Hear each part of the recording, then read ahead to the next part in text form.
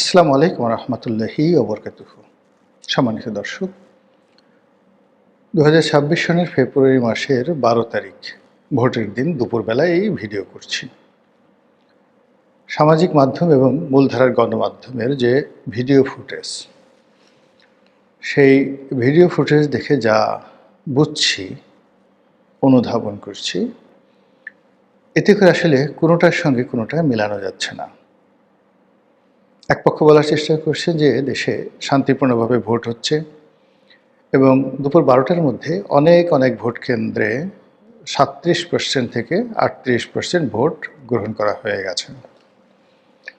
আবার বেশিরভাগ ভোট কেন্দ্রে একেবারে ধু 12টা পর্যন্ত কোনো ভোট কেন্দ্রে 3%, 4% এবং কোনো ভোট কেন্দ্রে মাত্র 6 থেকে 7টি ভোট গ্রহণ করা হয়েছে, তাও আবার খোদ রাজধানীতে। অন্যদিকে টুঙ্গিপাড়া এবং যে সকল এলাকাতে, টুঙ্গিপাড়া, গোপালগঞ্জ সহ যে সকল এলাকাতে আওয়ামী লীগের খুব বেশি প্রাধান্য রয়েছে, সেই জায়গাতে ভোটাররা এই দুপুর পর্যন্ত ভোট কেন্দ্রে আসেননি। এই অবস্থায় প্রধান উপদেষ্টা ভোট দিতে গেছেন, অসাধারণ সুন্দর কতগুলো বক্তব্য দিয়েছেন, যেগুলো নিয়ে আর একটা ভিডিও করব। ভোটের ফলাফল কোন দিকে যাবে? আজকে রাতের মধ্যে ভোটের ফলাফল প্রকাশিত হবে, নাকি 2-1 দিন দেরি হবে? হ্যাঁ ভোটের কি হবে, না ভোটের কি হবে? এবং সংবিধান সংশোধন, জুলাই সনদ গ্রহণ ইত্যাদি নানা বিষয় নিয়ে বিতর্ক এখনো রয়ে গেছে। জামাতের আমিরের বক্তব্য নেওয়া হয়েছে, জনাব তারেক রহমান সাহেবের বক্তব্য নেওয়া হয়েছে। দুজনই খুবই সতর্ক মন্তব্য করেছেন। Neither positive, neither negative. খুব আশাবাদীও নয়, আবার আতঙ্কগ্রস্ত নন তারা। এর মধ্যে তারেক রহমান সাহেব, তার স্ত্রী এবং তার কন্যা তিনজনে বৃদ্ধাঙ্গুল উঁচু করে যে চিহ্ন তারা দেখিয়েছে, এতে আমরা সবাই জানি যে তারা বিজয়ের ব্যাপারে খুব আশাবাদী। থাম দেখানো, উঁচু করে থাম দেখানো মানে আমরা নিশ্চিত বিজয়ের দিকে যাচ্ছি। তার যারা ভক্তকুল তারা বলার চেষ্টা করছেন এই তিনজনের মধ্যে অন্তত 2 জন প্রধানমন্ত্রী রয়েছেন আগামী দিনের, তারেক রহমান, জায়েমা রহমান এবং তার স্ত্রী জুবাইদা রহমান। আবার অন্যদিকে যারা জামাতের লোকজন, তারা এখনো পর্যন্ত আলহামদুলিল্লাহ, সুবহানাল্লাহ, আল্লাহু আকবার, জাযাকাল্লাহ খায়রান, এ সকল কথাবার্তা তারা বলে যাচ্ছেন, নিশ্চিত বিজয়ের দিকে তারা এগোচ্ছেন। তাদের যে সকল সোশ্যাল ইনফ্লুয়েন্সার রয়েছেন, যেমন আহমদুল্লাহ, মিজানুর রহমান আজহারি, যাদের প্রচুর ফ্যান এবং ফলোয়ার রয়েছেন, তারা ইতিমধ্যেই তাদের যারা সাপোর্টার রয়েছেন তাদেরকে উদ্বুদ্ধ করার জন্য নানা রকম বক্তৃতা দিয়ে যাচ্ছেন। ইতিমধ্যে তারা ভোট দিয়েছেন এবং একই সঙ্গে তারা আল্লাহর মদত কামনা করেছেন, ইত্যাদি ইত্যাদি আরও অনেক কিছু। তো দুনিয়ার এই সকল যে বাস্তব অবস্থা, তার সঙ্গে আসমানি ফয়সালার কী ধরনের সংযোগ রয়েছে তা হয়তো রাত 8টা-9টার মধ্যে বোঝা যাবে। অর্থাৎ বিকাল 5টার মধ্যে ভোট কেন্দ্রে যে ফলাফল, সে ফলাফলটা মোটামুটি নির্ধারিত হয়ে যাবে। এখানে অনেকে আশঙ্কার কথা বললেও আমি প্রথম থেকে বলছিলাম যে ভোট কেন্দ্রে আসলে ওইভাবে ব্যাপক মারামারি হবে না। ভোট নিয়ে সন্ত্রাস করা ঠিক ওইরকম কিছু একটা হবে না। এর কারণ হলো যে সন্ত্রাস করার জন্য, মারামারি করার জন্য, গুতোগুতি করার জন্য যে ব্যাকবোন দরকার, যে জিদ দরকার, পরিবেশ দরকার, পরিস্থিতি দরকার, গত 15টি বছরে আওয়ামী লীগ একেবারে সিরিঞ্জ মেরে, ইনজেকশনের সিরিঞ্জ দিয়ে মানুষের ভিতরে যে বিদ্রোহ করার ক্ষমতা, প্রতিবাদ করার ক্ষমতা, রুখে দাঁড়ানোর ক্ষমতা, যে জিনিসগুলো রয়েছে, প্রতিটি জিনিস সিরিঞ্জ দিয়ে এমনভাবে টেনে নিয়ে গেছে যে মানুষ এখন রাগ হতেই পারে না।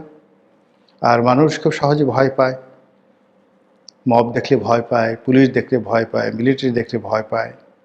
আর দুর্বল সাধারণত অত্যাচারী হয়। যদি আপনি কাউকে দুর্বল অবস্থায় পান, তাহলে আপনার যারা প্রতিপক্ষ বা আপনি নিজে, প্রায় ক্ষেত্রেই অত্যাচারীর ভূমিকায় অবতীর্ণ হন। এটা গত 17 মাস যাবৎ চলছে।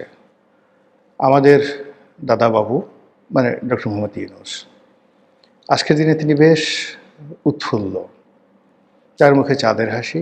তিনি সব অদ্ভুত কথাবার্তা ভোট কেন্দ্র থেকে বের হয়ে বলছেন। তার মনে খুব খুশি, তার প্রেস সচিব থেকে শুরু করে তার যারা সমর্থক রয়েছেন পিছনে সবাই খুব ইঙ্গিতপূর্ণ খুশি। এটা নিয়ে ভিন্ন একটা প্রসঙ্গে আলোচনা হতে পারে। এখন যে আলোচনাটা করব সেটা হলো, এই নির্বাচনের আগে সারা বাংলাদেশে একটা ভাইব তৈরি করা হয়েছিল যে প্রবল ক্ষমতাধর আমেরিকা জামাত ইসলামীকে ক্ষমতা আনার জন্য প্রাণান্তর চেষ্টা করছে। জামাতের সকল কাজে তাদের ইতিবাচক সাপোর্ট রয়েছে এবং মার্কিন যুক্তরাষ্ট্রের যে ডিপ স্টেট পলিসি রয়েছে, সেই ডিপ স্টেট পলিসির প্রতিটি উইংস, প্রতিটি শাখা এবং প্রশাখা অর্থ দিয়ে, বিত্ত দিয়ে, আরও লজিস্টিক সাপোর্ট, সেটা অস্ত্র হতে পারে, অন্য এনিথিং, তারা জামাতের সঙ্গে আছেন। আর আমেরিকার একটা চরিত্র হলে, আমেরিকা যদি কারো পক্ষে নামে তাহলে তারা কিন্তু সেখানে যত রকম ক্যাজুয়ালিটি হোক, যা কিছু হোক, তারা সেটা করে ছাড়ে। এটা যেভাবে সত্য, আবার হঠাৎ করে কোনো কথা নাই বার্তা নেই আপনাকে মাঠে নামিয়ে দিয়ে যুদ্ধের ময়দানে একেবারে অস্ত্র এবং গোলা বারুদের মধ্যে আপনাকে ফেলে পেছন দিক থেকে তারা একেবারে নির্লজ্জ বেহায়ের মতো চলে যাবে। এবং তারা চলে গিয়ে কি করবে, তারা সেই আপনার যারা প্রতিপক্ষ তাদের সঙ্গে বসে চা খাবে, সিগারেট খাবে, মদ্যপান করবে এবং আপনার পতন নিয়ে ঠাট্টা মশকরা করবে। তাদের বন্ধু হতে খুব দেরি লাগে না, শত্রু বানাতে তাদের খুব দেরি লাগে না, কাউকে সাপোর্ট দিতে দেরি লাগে না, এবং কার উপর থেকে হাত তুলে নিতেও তাদের খুব বেশি দেরি হয় না। তো সেই দিক থেকে আমরা অতীতে যে সকল রাজনীতির সমীকরণ দেখেছি, সেই সমীকরণে জামাতের সঙ্গে আমেরিকার সম্পর্ক হওয়ার কথা নয়। কিন্তু এই গত 17টি মাসে ক্রমাগতভাবে তারা যেভাবে জামাতের দিকে ঝুঁকে পড়েছেন এবং একই সঙ্গে তাদের যারা বন্ধুবান্ধব রয়েছেন পশ্চিমা দুনিয়াতে, সবাইকে নিয়ে তারা যেভাবে জামাতের দিকে ঝুঁকে পড়েছেন, সেক্ষেত্রে বিএনপি এবং অন্যান্য যারা রাজনৈতিক দল তারা রীতিমতো ভয়ে কম্পমান ছিলেন।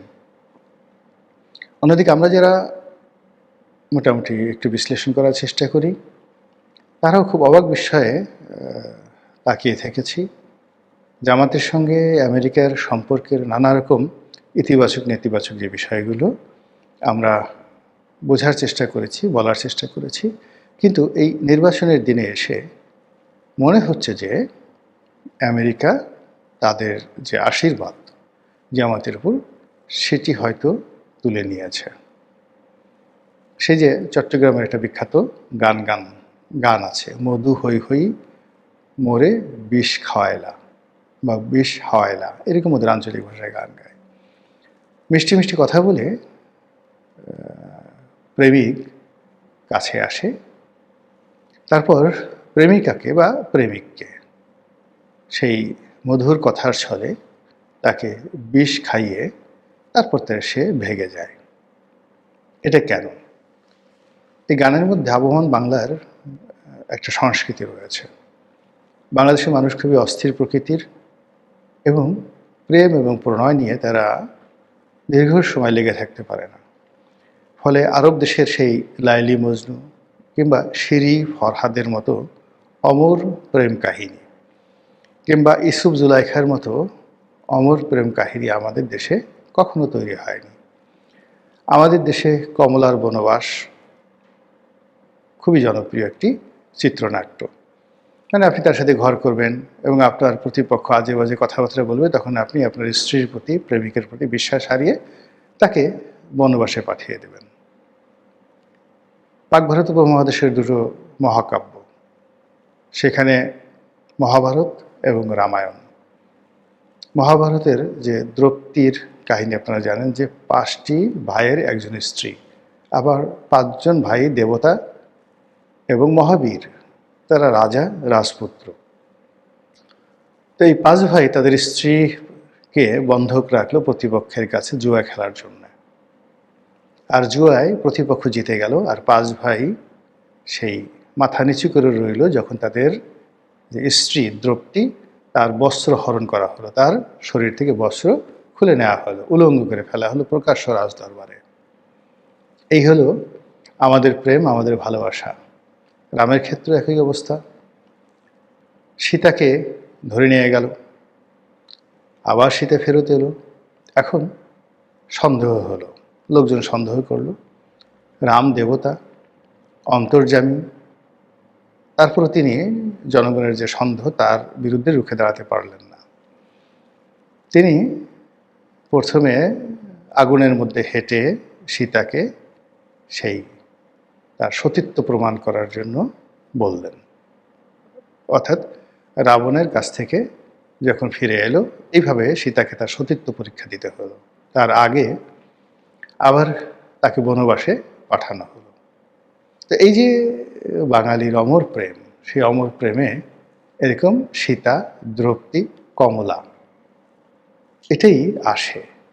কিন্তু জীবন দিয়ে দেওয়া প্রেমের জন্য রুখে দাঁড়ানো, ঘর সংসার ত্যাগ করে সেই মরে যাওয়া, যেটি আরব্য রজনীতে রয়েছে, যেটি পারস্যে রয়েছে, যেটি ট্রান্স অক্সিয়ানাতে রয়েছে, এমনকি ইউরোপে রয়েছে, সেটি আমাদের দেশে নেই। ফলে কী হলো, আমাদের দেশের প্রেম খুব ক্ষণস্থায়ী, খুব অস্থির। এই অস্থির প্রেমের কারণে জামাতের সঙ্গে আমেরিকার যে প্রেম, এই প্রেম নিয়ে আমরা সন্দিহান। যে মিষ্টি মিষ্টি কথা বলে জামাতকে প্রসারিত করে বা জামাতকে মাঠে নামিয়ে দিয়ে পেছন থেকে তারা সরে গিয়ে আবার তারা বিএনপির সঙ্গে হাত মিলালো কিনা, তারেক রহমান সাহেবকে মেনে নিল কিনা, নির্বাচনের আজকের এই দিনটিতে সন্দেহটা এই জায়গাতেই রাখুন। ফলাফলের জন্য অপেক্ষা করুন, আর ফলাফলের পরে সেটা বিচার করুন, বিশ্লেষণ করুন। আসসালামু আলাইকুম ওয়া রাহমাতুল্লাহি ওয়া বারাকাতুহু।